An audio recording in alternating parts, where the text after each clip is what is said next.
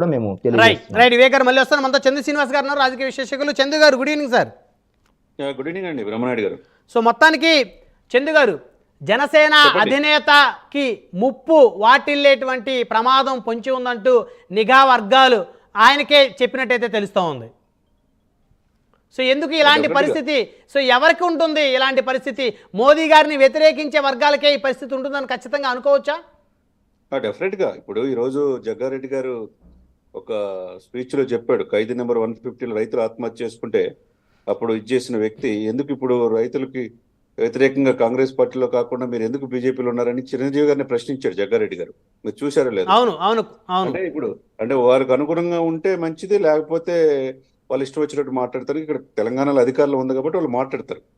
ఇప్పుడు అదే నోటి నుంచి చిరంజీవి గారిని ప్రశంసించిన జగ్గారెడ్డి గారు ఇప్పుడు ఇట్లా మాట్లాడుతున్నారంటే ఇక మామూలు మాట్లాడటానికి ఇంకేమండి? ఇప్పుడు రైతులకి ఒక ఇతివృత్తంగా వాళ్ళకి న్యాయం చేయాలి, వాళ్ళ ఆత్మహత్యలు కాకూడదని ఒక సామాజిక ఇతివృత్తంతో సినిమా తీశాడు. అది సినిమా. ఇప్పుడు ఆయన ఎప్పుడు కూడా స్పందించే హృదయం చిరంజీవి గారికి కావచ్చు, పవన్ కళ్యాణ్ గారికి ఉంటది.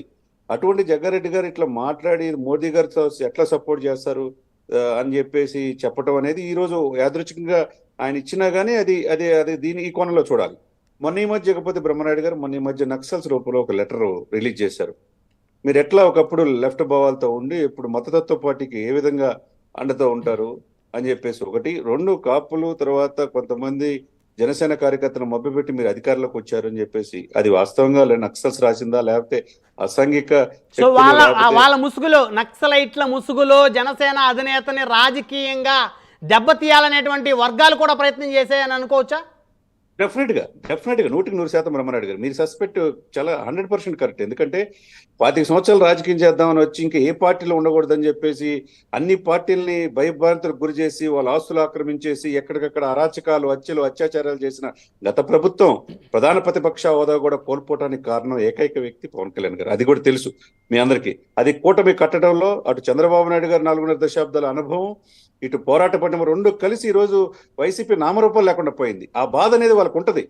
ఆ రూపంలో అసాంఘిక శక్తులు కావచ్చు, ఎవరైనా ఇది గిట్టని రాజకీయాధికారం ఏంట్రా బాబు ఇంత చైతన్యం వచ్చింది పవన్ కళ్యాణ్ గారు ఇక్కడ కూటమి కట్టడంలో, అటు ఢిల్లీలో మోదీ గారు రావడంలో కూడా కీలక పాత్ర వహించాడు. ఇటువంటి వ్యక్తుల్ని ఇది చేయాలనే ఉద్దేశంతో కోపం కావచ్చు, ఏదైనా కానీ పవన్ కళ్యాణ్ గారు జాగ్రత్తగా ఉండాలండి. బ్రహ్మనాయుడు గారు మీరు చెప్పినట్టు ఇంటెలిజెన్స్ వర్గాలు నిఘా కావచ్చు. ఎందుకంటే లక్షలాది మంది అభిమానుల రూపంలో కొంతమంది విద్రోహ శక్తులు చొరబడితే మనం మొన్న ఈ మధ్య బ్లేడ్లు పెట్టుకుని వచ్చారని చెప్పి పవన్ కళ్యాణ్ గారు సాక్షాత్ చెప్పాడు. ఇప్పుడు అధికారంలో వచ్చింది. అధికారంలో కూడా 1 month లో అద్భుతమైన పరిపాలన. ఒకవైపు చంద్రబాబు నాయుడు గారు అమరావతి మీద, పోలవరం మీద దృష్టి పెడితే, ఒకవైపు లోకేష్ గారు మొత్తం కంప్లీట్ పార్టీ మీద, తర్వాత ఐటీ మీద, ఆల్ యూనివర్సిటీస్ వైస్ ఛాన్సలర్ మార్చి మంచి పరిపాలన ఇద్దాం, విశ్వవిద్యాలయాల్లో మంచి పౌరులు తయారు చేద్దాం లోకేష్ గారు. ఒకవైపు పవన్ కళ్యాణ్ గారు చూడండి, పంచాయతీ రాజు కావచ్చు, గ్రామీణాభివృద్ధి కావచ్చు, ఇప్పుడు ఢిల్లీలో కూడా ప్రతి ఇంటికి మంచి నీరు ఇవ్వాలన్న ఉద్దేశంతో ఆయన నిరంతరం అహోరాత్రులు 3 వైపుల నుంచి అందరూ కూడా చాలా చక్కగా ఈ కూటమి పనిచేస్తుంది. వాళ్ళు ఎక్స్పెక్ట్ చేయాల వీళ్ళు లోకలో ఇలా బయటపడతారు, పవన్ కళ్యాణ్ గారు ఆవేశపడు, లేకపోతే లోకేష్ గారు చంద్రబాబు నాయుడు పడదనుకున్నారు. చాలా చక్కగా పరిపాలిస్తున్నారు. రోల్ మోడల్, దశాబ్దం పైన ఈ పరిపాలన ఉంటుందని పవన్ కళ్యాణ్ గారు చెప్పారు. అదే విధంగా ఉండటం తట్టుకోలేకపోతున్నారు.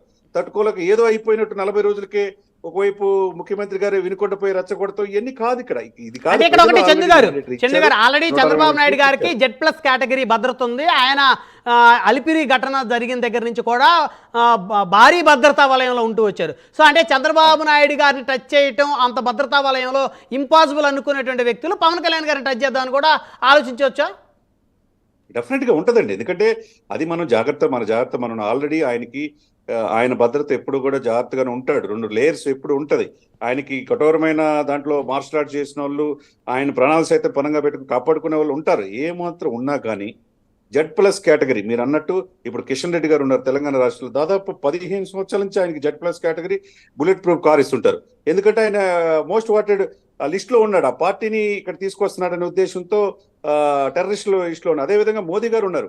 మోదీ గారు కూడా ఈ రోజున ఈ దేశంలో ప్రధానమంత్రి అవడానికి కారణమైన వ్యక్తులు లో మొదటి వరుసలో పవన్ కళ్యాణ్ గారు ఉన్నారు. ఒకవైపు చిరంజీవి గారు మోదీ గారి పరిపాలన అభినందిస్తారు. మెగా ఫ్యామిలీ మొత్తం ఉన్నది. ఈ తట్టుకోలేనితనంతో మనుషులు ఏదైనా ఇప్పుడు మనం జాగ్రత్తలో మనం ఉండాలండి. ఏదైనా కానీ ప్రభుత్వం అమిత్ షా గారు కావచ్చు, మోదీ గారు కావచ్చు, దీన్ని దృష్టిలో పెట్టుకొని ఇమ్మీడియట్ గా ఇతను నాట్ ఓన్లీ ఇక్కడ ఆంధ్ర తెలంగాణకు సంబంధించిన వ్యక్తే కాదు, దేశ స్థాయిలో యంగ్ పొలిటీషియన్, నేటి రాజకీయాలకి స్ఫూర్తి ప్రదాత పవన్ కళ్యాణ్. అటువంటి వ్యక్తిని కాపాడుకోవాల్సిన బాధ్యత ఈ దేశానికే ఉంది, మోదీ గారికి ఉంది, అమిత్ షా గారికి ఉంది. కాబట్టి ఈయనకి ఇమ్మీడియట్ గా జెడ్ కేటగిరీ భద్రత కల్పించాలి.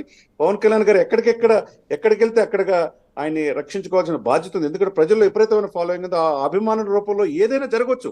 ఆయన్ని ఇప్పుడు అంటే ఒక తరం సార్, దశాబ్దం పైన ఈ పార్టీ గెలవటానికి, ఆయన ఈ రాజకీయం చేయడానికి చంద్రబాబు నాయుడుతో కలిసి ఈ రోజు అధికారంలోకి వచ్చారు. వాళ్ళు ఇంకో దశాబ్దం పరిపాలించాలి కదా సార్.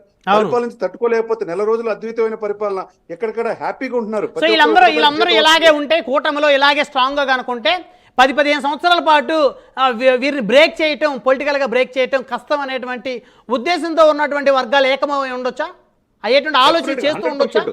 మీరు అన్న మాట 100% కరెక్ట్ సార్. ఈ కూటమి ఇక అసలుకి ఎవరు ఆపలేరు. రాబోయే 2 ఎలక్షన్స్ కూడా ఈ కూటమి ఉంటుంది. ఇప్పుడు ప్రధాన ప్రతిపక్ష హోదా పోయి చివరికి 11 సీట్లుగా పరిమితమై రేపు ఇప్పుడు వైఎస్ పార్టీ ఉంటుందో లేదో కూడా ఉండదు.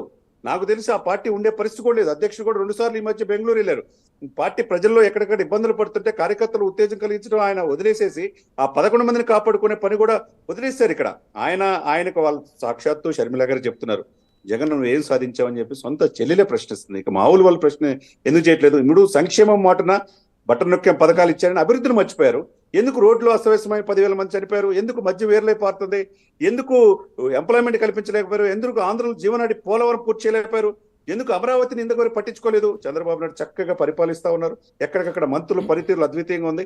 ఇది తట్టుకోలేని ఓరవలేని తరంతో దీనికి కారణమైన వ్యక్తి ఎవరంటే ప్రధానంగా పవన్ కళ్యాణ్ గారు. ఆయన మీద కాన్సన్ట్రేషన్ చేశారు.